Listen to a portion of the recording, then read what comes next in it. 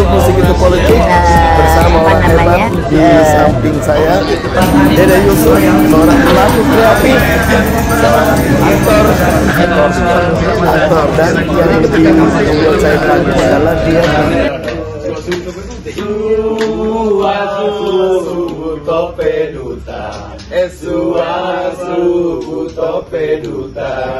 Ya, salam kreatif Baku Dapa Ulang di channel YouTube Musik Itu Politik.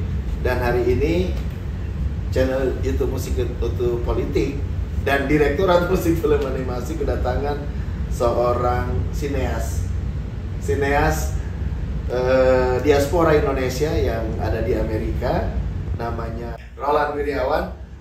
Dan tentu saja kita pengen tahu who you are, karena sepertinya saya nggak tahu berapa orang sineas Indonesia yang diaspora di Amerika gitu ya. Yang pertama, yang kedua itu sebenarnya adalah gimana sih peta peluang Indonesia untuk masuk dalam peta dunia gitu. Potensi Indonesia masuk dalam peta dunia film. Dan yang ketiga, harapan lu terhadap pemerintahan kita dan kebijakan politik kita terhadap film. Siap. Yang pertama dulu. Oke, satu-satu. Who are you? Who am I? Who am I? Ya, saya Roland Wiryawan. Roland. Jadi memang biasa dipanggil Roland sebagai seorang sineas, sutradara, filmmaker, produser juga yang berusaha berjuang sebagai Indonesian. Saya Juanita Wiratmaja masih menghadirkan rangkaian informasi untuk Anda, Saudara. Tidak mudah untuk menembus Festival Film Cannes di Prancis, namun karya seorang sutradara muda Indonesia berhasil tampil di ajang film bergengsi dunia itu. Bermodal tekad kuat dan 6 beasiswa, ia berhasil tamat dari Sekolah Film Pencetak Sutradara Hollywood. Simak kisah Roland Wiryawan dalam Sosok minggu ini.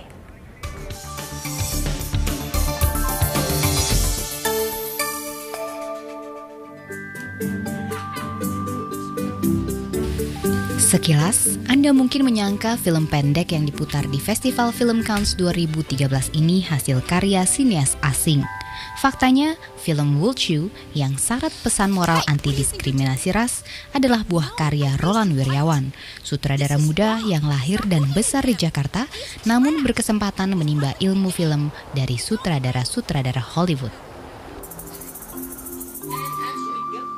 Setelah lulus dari SMA Canisius dan Fakultas Hukum Universitas Indonesia, Roland mengumpulkan rupiah demi rupiah untuk mengejar mimpinya kuliah film dengan menjadi penyiar radio, MC, dan event organizer.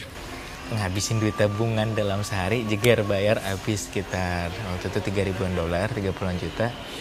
Dan akhirnya harus untuk survive, bertahan hidup dengan yang namanya kerja serabutan, dan belum lagi yang namanya nggak ngerti orang ngomong bahasa Inggris itu. Bermodalkan kerja keras dan 3 beasiswa, ia berhasil lulus dari Los Angeles City College dengan predikat magna cum laude.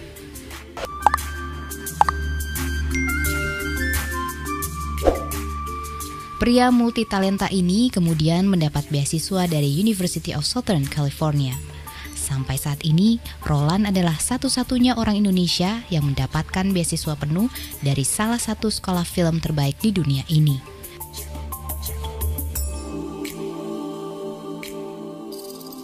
Dan disinilah bakatnya lebih terasa.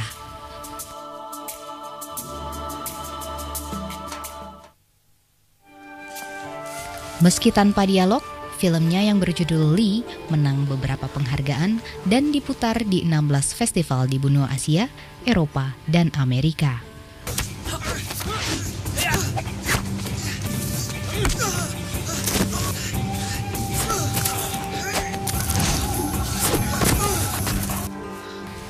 Film ini bercerita tentang perjuangan jagoan silat penyuka sesama jenis untuk diterima di lingkungannya. Kamu harus respect semua orang berdasarkan, tanpa harus mengkotak-kotakan mereka sukunya, agamanya, rasnya. Mungkin ada konflik-konflik kecil lain, cuman itu yang harus kita kurangi dan harus orang mengangkat yang namanya toleransi. He's an undergraduate when I met him taking a graduate course that I teach at the University of Southern California's famous School for Cinematic Arts. This is a course in the media for social change. And not only did he take on a tough subject, racism, but he took on directing kids, also a difficult thing for a new time director, and he delivered on both accounts. He really has that drive and that vision that make for exciting filmmaking. Anak kedua dari 3 bersaudara ini lahir dari keluarga sederhana. Setelah ayahnya berpulang di saat Roland berusia 12 tahun, ibunda berjuang seorang diri agar anak-anaknya tak putus sekolah. Bangga dan terima kasih pada Tuhan lah. Kita orang kecil, ya sampai hari ini masih sekolah, udah syukur banget. Jahit baju, tiap hari tidur 2-3 jam. Ya Allah, kita bener-bener, tapi anak-anak juga bener-bener tabah. Saya tanya anak-anak, kalau tidak ada jalan, maukah kalian ikut orang lain yang kaya? Tidak ikut mama. Dan sehari lewat sehari mereka ada sekolah gitu loh. Meski hidupnya tak berlebih, dimanapun berada, Roland selalu menyempatkan diri untuk membantu sesama, baik selama 7 tahun di Amerika ataupun setelah pulang ke Jakarta. Tujuan saya sebenarnya cuma satu, berkarya untuk Indonesia. Saya dapat full scholarship, beasiswa penuh ketika kuliah di USC yang sebenarnya saya nggak mampu, seandainya saya harus bayar 55.000 setahun. Dan saya dapat full scholarship dan aku pikir ini saatnya untuk pay it forward kepada teman-teman di Indonesia lewat edukasi. Aku kemarin baru bikin free filmmaking workshop, gimana pesertanya adalah anak-anak muda yang ingin tahu cara bikin film gitu. Memberikan contoh sama kita dan dia juga mengajarkan kita untuk belajar pelan-pelan sama dia gitu, dan dia tidak menggurui. Roland Wiryawan sudah membuktikan dengan tekad dan kerja keras tak ada halangan yang cukup besar untuk meraih cita-cita. Karena lahir dan besar di sini untuk menembus dunia film di Amerika, khususnya Hollywood ya. Tapi mungkin memang satu yang harus kita tahu, semua diaspora Indonesia di sana, khususnya di bidang film, berjuang masing-masing.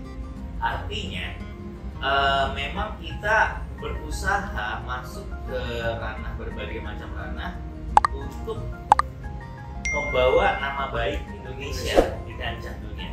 Itu yang selalu kita yakini, karena memang hampir semua orang kreatif di sana tuh tidak malu sama sekali dan bangga dengan Indonesia kita ya. Kita begitu beragam, segala macam budaya, suku dan lain-lainnya, agama.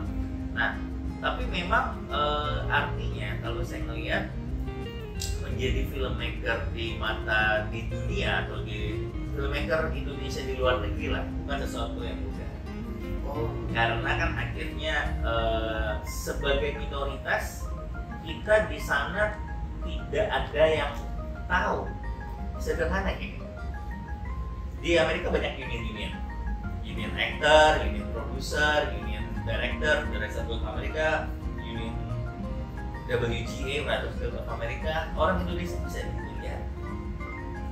Artinya, misalnya di SAG, Screen Actors Guild, saya cukup yakin nggak sampai 10, dan itu udah paling banyak gitu. Kayak Director Guild of America ada hanya 1, Molly Surya setahu saya sudah masuk sana. Produser setahu aku belum ada, dan academy member aja hanya 1 orang. Artinya kan kita tadi membahas sedikit kenapa film kita mungkin di Oscar kita nggak pernah Best Foreign Film, belum pernah masuk nominasi sama sekali.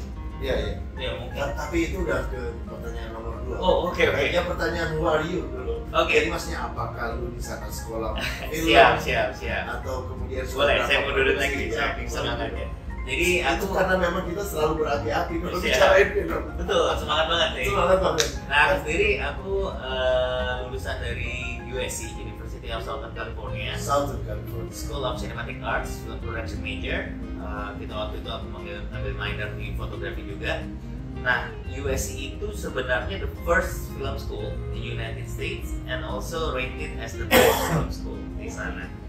Nah, sampai detik ini pun aku menjadi satu-satunya warga negara Indonesia yang mendapatkan beasiswa penuh dari USC Film Production.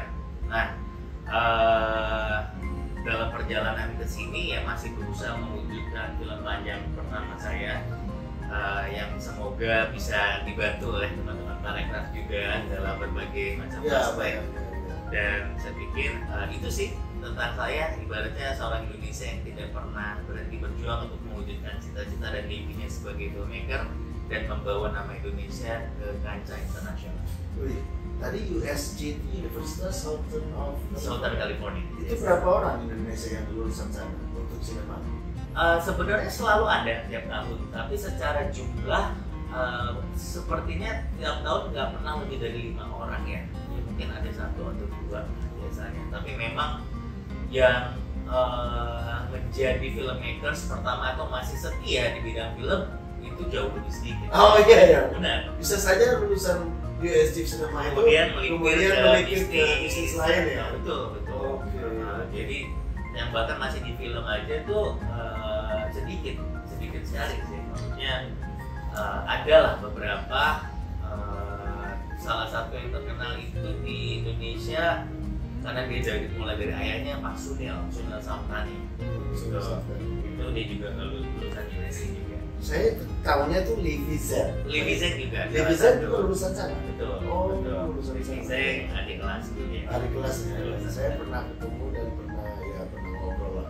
Ngobrol. Nah itu tentang Anda ya. Siap. Dimana ini apa namanya idealisme Anda seorang alumni sekolah film di luar negeri, di Amerika, terus kemudian cita-cita Anda untuk bisa membawa budaya Indonesia mungkin ya, atau mewakili Indonesia ya dalam kancah dunia. Nah itulah sebenarnya pertanyaan kedua saya.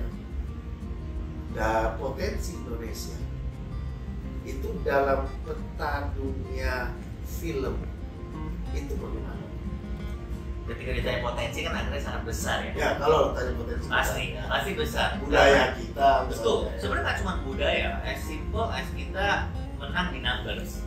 270 juta orang. Jadi itu kan kalau di film kan kita ngomongin market, market yang besar sekali. Tapi sayangnya secara jumlah produksi, jumlah layar bioskop maupun jumlah filmmakers yang kompeten mungkin itu tidak sama. Artinya pasar yang begitu besar ya. Sederhana kayak misalnya kita bandingkan dengan industri film mungkin di Jepang atau di Korea atau bahkan India. Tapi India memang secara numbers cukup besar. Nah, tapi Indonesia kan kita ketika berbicara film sebagai komoditas dan sebagai bisnis itu kan ada market, ada misalnya eksibitor ya. Eksibitor kita kan masih sangat sedikit ya jumlah layarnya. Mungkin hampir detik ini nggak sampai 2000 layar. Nah, iya 2000 layar. Padahal menurut Rampun Jambi harusnya ada 10.000 layar. Masih jauh sekali. Masih itu pun iya berarti berapa? 2% ya? 20%. Betul. Artinya kan sebenarnya kalau kita lihat, misalnya kita ngomongin Cina itu berapa tahun ketika mereka tumbuh sebagai negara, government support, bikin bioskop terus setiap hari, sehingga akhirnya dan mereka pintarnya mereka kirim putra-putri terbaik mereka untuk kuliah di Amerika, ambil ilmunya, bikin film di Cina, untuk Cina sendiri, gitu. Artinya kan ya banyak lah yang bisa kita bandingkan Cina, Korea, gitu juga mereka ngambil ilmunya di luar. Arahnya pasti kalau nonton filmnya salah Hollywood, big budget, very good sound designing, very good koreografi, natural acting, gitu sih. Oke, jadi ngomong potensinya kita besar. Masalah kita mau apa enggak aja, mau memanfaatkan potensi itu atau tidak, gitu. Karena kan akhirnya saya lihat, mohon maaf, tapi pemerintah tuh, wah film mari kita kembangkan, tapi ketika balik aksinya tanda tanya. Itu pertanyaan ketiga. Betul. Kita lihat dulu. Nah, misalnya Korea nih, mereka melakukan revolusi pada musik dan film. Hallyu ada, tiba-tiba kita Squid Game, Parasite, itu menunjukkan bahwa kualitas movie mereka bagus. Ada yang sudah sambut Oscar. Itu yang gue maksud. Oke, potensi bahkan menang. Oke, potensi lokal kita banyak ini, banyak penduduknya banyak, sehingga jangan takut kalau soal soal penonton, kita ada banyak sekali potensi. Tapi kita dulu posisi kita itu kalau seandainya mau bersaing atau kemudian ada dalam peta film dunia. Apa yang harus kita lakukan? Dan menurut lu potensinya bagaimana dan apa yang harus kita lakukan? Ya, akhirnya potensi ini dengan layar seadanya saja, dengan film yang ibaratnya sangat terbatas lah secara jumlah dan kualitas yang film baik, kita tuh selalu masuk top 20 untuk top 20 negara yang paling banyak menonton dan menghasilkan produk. Negara yang paling banyak menonton. Di dunia internasional, Amerika selalu memimpin. Kemudian biasanya ada China dan lain-lain, Jepang, Korea dan lain-lain. Nah, secara potensi kita bisa ke arah yang lebih tinggi lah, karena kan jumlah penduduk sebenarnya kan berhubungan langsung. Iya, betul. Kita nomor 4 gitu. Di dunia. Iya. Artinya kalau China kan mungkin hanya sendiri ya, tapi dan mereka governmentnya membatasi film Hollywood masuk sana. Jumlah per tahun hanya boleh belasan. Di mana itu, di mana? China. Berarti ada perlindungan negara terhadap dia, ada intervensi negara terhadap. Negara ikut campur. Tapi dia sebagai government dan dia juga melakukan aksi. Dia ikut campur cuma ngomongin dong. Ikut aksi berarti membangun SDM secara kualitas. Tadi aku cerita dia banyak mengirim anak-anak kuliah di sana, membantu membuat bioskop dan juga cuman memang kendala dia kalau saya lihat sensorshipnya sangat kuat. Sesuatu yang membuat pemerintah kurang menarik, langsung di-take down kena sensor gitu. Tapi sebagai industri mereka sangat melejit gitu. Nah, artinya bagaimana Indonesia naik kelas ya harus didukung semuanya dalam arti sisi SDM, pendidikan, sisi kualitas, sistem, masalah luar juga mau syuting di sini sehingga lebih banyak filmmakers Indonesia yang mungkin bekerja sama, co-production, makin banyak filmmakers kita yang mungkin mencoba bikin film di luar outside of Indonesia juga membawa talent-talent kita gitu. Kalau di sini kan strukturnya masih jungle banget lah. Misal saya filmmakers Australia atau Amerika mau syuting di Indonesia mau ngapain? Atau kemana? Harus mana? Mau cari aktor juga bingung. Karena kita nggak punya database atau mungkin nggak punya kayak IMDb gitu, tidak ada. Ini juga memang jadi masalah, walaupun sebenarnya saat ini kalau head to head film Indonesia di Indonesia film Indonesia head to head dengan film luar itu sekarang kita udah menang. Betul. Jadi market share kita 61% kalau nggak salah ya, 39% luar, kita 61% di head to head masih ada jumlah. Jadi betul sebenarnya. Jadi potensi ini kita, potensi penduduk kita, potensi calon penonton. Jadi kan penduduk harus dilihat sebagai calon penonton kita itu sebenarnya sangat besar, sangat kuat. Nah itu mengantar kita sih sebenarnya bro.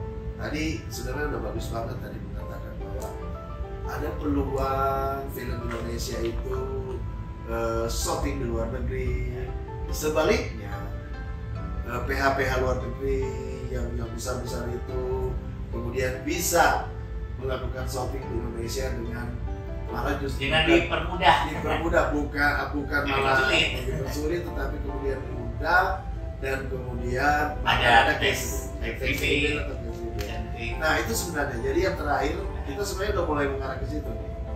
Apa sebenarnya yang perlu dilakukan oleh pemerintah untuk memajukan film Indonesia?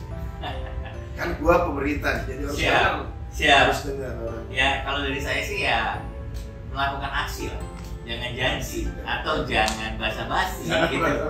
Serius gitu. Artinya saya lihat bertahun-tahun film sesuatu yang yuk kita buat sesuatu, tapi kan nggak ada sesuatu yang dibuat gitu. Artinya sesederhana film festival Indonesia di luar gitu. Bisa mungkin ya. Betul. Jadi festival film Indonesia tapi di luar negeri. Betul. Saya salah satu founder dari Los Angeles Indonesian Film Festival. Itu aja tiap tahun nyari dananya juga nangis, susah. Kadang dikasih, kadang enggak sama pemerintah, kadang berjuang sendiri, kadang bayar sendiri, kan artinya kan kayak simple as ini kan membawa misi kebudayaan, memperkenalkan film Indonesia dengan target American audience. Tapi kalau misalnya itu hanya nggak didukung atau kadang tergantung negonya, ya, tergantung ketemunya gimana gitu. Nah itu kan sesuatu yang menurut saya ya mau sampai kapan kayak gitu loh, bahwa semua orang udah tahu lah film itu penting, Indonesia bisa lebih baik. Yuk kita sama biar kayak Korea, kayak Cina. Tapi kalau lihat dong buat di tahun 2021 kita nih ya, direktorat ini baru berdiri itu tahun 2021. Jadi direktorat musik film animasi ini baru berdiri tahun 2021. Kita langsung menggelontorkan 114 miliar untuk insentif film.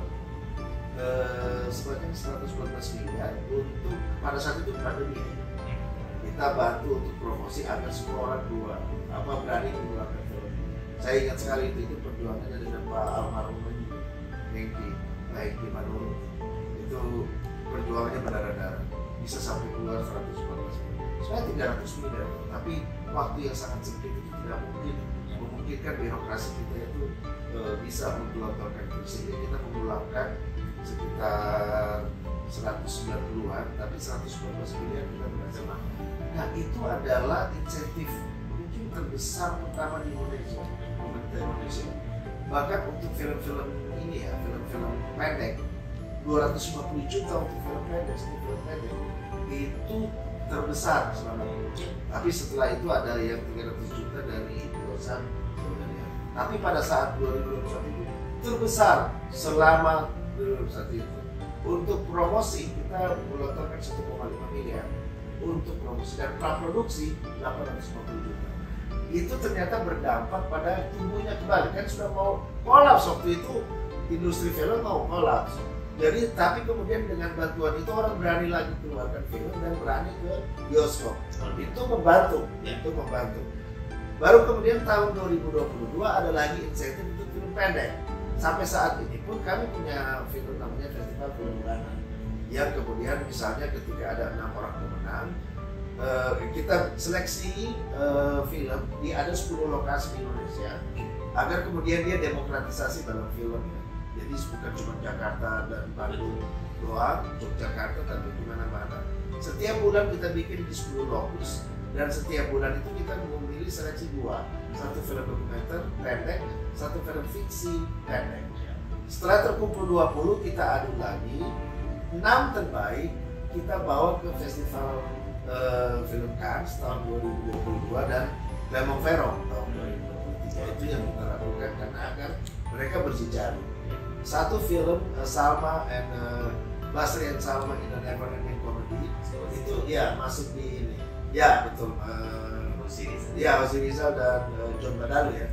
Itu masuk dalam official Cannes dan di Clermont Ferrand, tapi tidak berhasil, tapi udah masuk official kompetisi itu, udah membuat history. Nah itu yang artinya kenyataannya. Belum lagi Kemendikbud itu mempunyai beberapa. Nah masalahnya di Indonesia adalah tahun 2023 kita sudah berjuang untuk mengajukan semacam cash rebate sebenarnya. Namun ternyata cash rebate ini tidak umum di Indonesia. Tidak melihat cash rebate itu sebagai sesuatu beneficial. Jadi insentif yang sesungguhnya adalah investasi. Nah, padahal sebenarnya kalau kita lihat hampir seluruh negara Asia Tenggara kali ya udah Asia Tenggara aja itu terbukti ya dalam arti film-film dengan budget besar akhirnya ke sana, termasuk as simple as di dalam United States sendiri, studio-studio besar itu akhirnya memilih tempat syuting di negara bagian dengan insentif terbesar. Salah satunya Atlanta, Georgia. Itu banyak sekali ya kalau itu Atlanta, Film Fund atau apa. Ya gimana ya, kita sudah berusaha ya dari cuma kita berharap mungkin akan ada perubahan paradigma atau perubahan konsep. Mesti push terus Pak. Push terus ya. Kenapa akhirnya mungkin yang belum nemu yang orang yang pas atau belum ada intervensi hubungan ibaratnya dengan menteri langsung atau presiden atau apa untuk bisa menggabung. Yang mudah-mudahan saya pikir tahun ini atau pemerintah baru saya pikir bisa ya. Nah aku pikir itu kan harus dikuserut. Ibaratnya gini, film pendek bapak kuserus, ada hasilnya. Nah yang kalau boleh saya tambahkan, sebenarnya film panjang juga harus dibina dengan cara yang sama. Karena aku lihat rata-rata kita membina film pendek tapi lupa bahwa setelah film pendek itu kan ada film panjang, dan orang banyak menonton film panjang dari sisi komersil, dari sisi membawa nama gitu loh. Ibaratnya short film itu kita nggak ada, di Oscar nggak ada lah untuk film pendek, adanya best foreign movie untuk film panjang. Artinya gimana pembinaan terhadap film pendek ini dilanjutkan dengan film panjang, termasuk ibaratnya funding untuk menyeleksi film-film yang film panjang akan dibiayai oleh negara lewat kompetisi atau apapun. Nah saya pikir dengan pembinaan film pendek dilanjutkan ke film panjang masih jauh lebih baik dan impactful yang membawa ke atas. Karena kembali lagi film pendek kita bagus untuk menjaring filmmaker yang baik yang untuk kemudian kita siapkan. Betul. Tapi ketika mereka sudah siap dan tidak ada yang membina, mereka nggak kemana-mana juga. Kenapa? Given semua orang nggak percaya gitu loh. Mungkin investor nggak percaya, ya kan film tapi bagus nih film pendeknya, tapi kan film pendek katanya gitu. Begitu disuruh bikin film panjang, mereka nggak ada yang berani ngasih uang atau berani naruh uang gitu. Ada beberapa yang berani tapi kembali juga dengan budget yang mungkin sangat seadanya banget gitu. Artinya ya padahal mereka kompeten untuk jauh lebih baik gitu dengan dana yang lebih baik. Ya sederhana, negara-negara lain kan mereka banyak kan, seperti film-film Ang Lee lah misalnya. Ang Lee film pertama dia dibiayai oleh Taiwan dan secara penuh, dan dia menjuarai kompetisi scriptwriting dulu di sana kan. Artinya pemerintah sana juga berusaha dan akhirnya jadilah Ang Lee, Asian pertama yang dapat Oscar. Kalau kita mau menciptakan Ang Lee dari Indonesia harus dibuat, disiapkan, direncanakan, nggak hanya berdoa. Kasarnya, gue takut nih. Jadi menurut lu cash rebate itu sesuatu apa harus wajib ya. Sekarang gini deh, sebagai Cindo ya, jadi Indonesia, buat kita tuh yang mana kelihatan untung gitu loh. Dan buat produser lagi it's all entertainment business. Betul. It's a business gitu. Betul. Kalau mereka ngeliat ini deh, sama lah kita ke mall lah, bawa istri atau bawa pacar, mereka cewek-cewek pasti diskon 70%. Yuk sana gitu. Memang susah kan, pada kenyataannya memang kalau kita ketemu dengan asing ya, misalnya kita ketemu sama negara Eropa, kita ada tamu dari siapa manapun, yang ditanyakan itu ya biasanya adalah insentif karena cash rebate atau tax rebate atau kemudahan apapun ya. Kita dari dulu bukan keluar terlalu kasar, kita selalu berusaha membujuk, kita ada semuanya, pesona alam dan lain-lain, dan kita ramah gitu.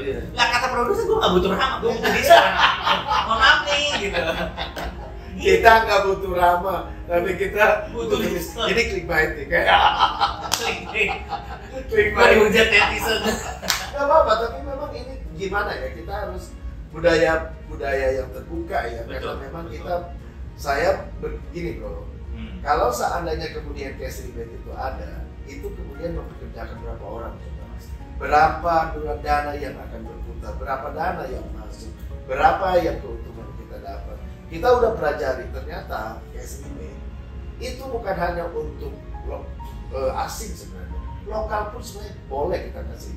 Perusahaan lokal pun kita ngasih, karena dia akan berimpact pada direct impact langsung. Orang pekerja, berapa seribu pekerja yang KKN di desa penari dan yang kolosal itu seribu. Kalau ada lokal sama yang dilakukan kayak di Amerika, state memberikan SIP, pecah. Itu pecah. Akhirnya gimana? Nggak sentralisasi syuting di Jakarta dan sekitarnya, tapi mereka berani lari ke Sulawesi, berani lari ke Papua, dan itu kan akhirnya mungkin hubungannya dengan entah komisi film daerah, Betul. entah local government di sana, tapi ya pasti lebih menarik lah, Iya. pasti. Baik dari local filmmaker daerah sana maupun filmmaker yang mungkin sentralnya di Indonesia, studio ya, Iya. kita ngomong studio besar. Saya atau production house. pernah ke Thailand ya, terus ketemu sama orang Thailand, dia ngomong gini, Pak, kita tuh di Thailand itu udah habis Pak, semua lokasi itu udah habis jadiin shooting, negara Anda itu begitu kaya, tapi kok masalah perizinan, masalah apa namanya, bagaimana cash rebate salah satunya, ya itu memang masih benar. Sebenarnya waktu itu kita buat semacam cash rebate itu, salah satunya itu adalah untuk production service agar mengurus semua perizinannya, sehingga kemudian itu langsung satu kali jalan, sepukul satu kali itu sepukul langsung dua pulau terlampaui gitu. Jadi kerumitan persoalan izin lokasi syuting segala rupa itu langsung terpukul tuh dengan KPS. Tapi ya itu tadi tetap harus berjuang. Saya terus terang selama saya masih dipercaya untuk berada dalam lingkup ekonomi kreatif, pariwisata ekonomi kreatif yang berurusan dengan film, saya akan tetap memperjuangkan insya Allah. Karena gini tadi, jadi apa kaitannya dengan tadi yang kita bicara masih direct impact ya bro? Belum yang indirect impact, pasokan kan, dia memasok, makanan dimasok, terus kemudian induced impact. Jadi ketika misalnya dia ada produksi di Palu misalnya, itu kan orang yang ada 1.000 orang pekerja film di Palu kan belanja. Dia belanja makan, dia belanja ini. Terus kemudian untuk para wisata yang disebut dengan spillover impact. Ketika kemudian ya kita udah banyak tahu ya di mana film apa namanya The Last of the Mohicans. Terus kemudian Laskar Pelangi ya udah diyakinkan begitu, tapi memang kelihatannya belum ini ya. Tetapi itulah mungkin ada perubahan. Mudah-mudahan kita berharap ada perubahan kerangka berpikir bisa membuat kita bisa, sebab gimana tadi Kesrimen bisa jadi clickbait. Oke, terakhir Siap. Apa nih yang menjadi proyek Anda dalam ke depan? Lagi mau bikin film apa? Siap. Saya lagi paralel ada 2 film. Satu film akan syuting di Los Angeles. Kita film Indonesia, aku bilang film pertama yang banyak digarap oleh dan melibatkan banyak beberapa diaspora Indonesia di sana dari sisi filmmakers, actors dan lain-lain.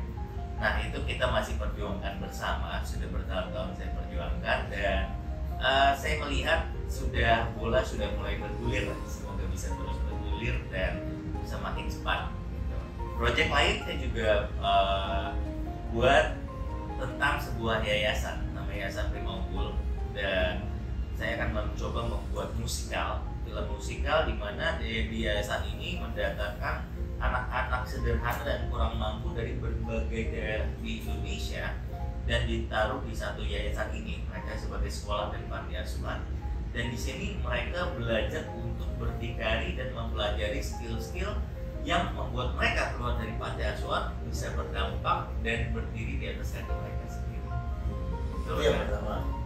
Betul, itu film lainnya, itu untuk Indonesia. Oh. Jadi kita lihat mana yang paralel nih antara film yang di Amerika yang syuting di sana semua berbahasa Inggris, atau film musikal di sini. Film musikal tentang yayasan yang Pak Martin kepalai. Jadi ya kita lagi jalan paralel lah mana yang jalan, karena biar gimana kan saya pikir film tuh bisa mengangkat kita lah di mata dunia gitu ya. Saya pikir kayak sesederhana kasus-kasus di mana film-film Indonesia di Netflix atau series kemudian ditonton di banyak negara lain, dari Strateg, The Big Four. Nah, aku pikir itu sudah contoh gitu. Itu saja mereka berjuang masing-masing. Alangkah baiknya ketika didukung oleh support dari pemerintah, support dari berbagai macam lembaga terkait, saya pikir kita bisa jauh lebih cepat dan melesat. Saya dengar ada sebuah film tentang human trafficking. Ya, itu film pertama saya yang akan syuting di Amerika. Jadi memang tentang human trafficking, tapi lebih ke gimana mana seorang Chinese Indonesian immigrant lari ke sana after 98, dan ketika di sana dia menjadi korban dari perdagangan manusia, dan bertahun-tahun kemudian from the victim dia berubah menjadi trafficker. Oke, malah jadi mafia trafficking. Pelakunya, jadi dia agak trauma dengan masa lalunya. Betul. Itu dari Singkawang dulunya. Masih belum pasti, tapi saya pikir saya mau menjadikan karakter itu sebagai imigran Chinese Indonesia. Chinese Indonesia aja secara keseluruhannya. Itu menarik itu. Jadi memang karena memang isu itu masih ada terus. Masih sangat relevan. Itu human trafficking adalah kejahatan nomor 3 terbesar di dunia setelah drugs and illegal weapons. Ya, drugs dan illegal weapons. Nomor 3 human trafficking, dan itu salah satu yang paling murah untuk dilaksanakan karena kasih makan aja korbannya. Dan saya pikir dengan digital teknologi dan everything semakin lebih banyak dan berbagai macam cara. Salah satunya misalnya banyak sekarang human trafficking kasus. Human trafficking ada sex trafficking, labor trafficking. Nah, labor trafficking dulu hanya sekitar nelayan di kelautan, tapi sekarang orang bisa ditipu, iming-imingi kerja di luar negeri. Begitu sampai di sana disekap, diambil paspornya, ditaruh di satu ruangan, mainannya HP sama komputer untuk scam orang, menipu online. Dan itu adalah dia korban. Gitu. Jarang yang tahu, sekarang udah seperti itu. Dan itu banyak orang Indonesia, Filipina, Thailand, yang jadi korban seperti itu. Jadi mereka dipakai, udah kasih makan aja tinggal. Dan itu udah di sana udah selesai ya. Udah, dalam arti selesai, dalam arti ya udah dia akan ada target terus berapa, dan mereka bilang oh ya saya udah bawa kau ke sini. Ya pokoknya begitu datang di sana ya dia udah nggak bisa ngapa-ngapain. Betul. Karena kan tempat kayak gitu biasanya pinggir hutan, pinggir kota, udah gitu kawat berduri, ada pengamanan segala macam. Jadi pesan yang ingin disampaikan adalah bahwa ini adalah masalah di kita ya, yang pasti yang perlu kita harus selesaikan lagi ya. Masalah untuk ya itu masalah juga. Oh iya pasti. Saya pikir masalah dunia. Iya masalah dunia.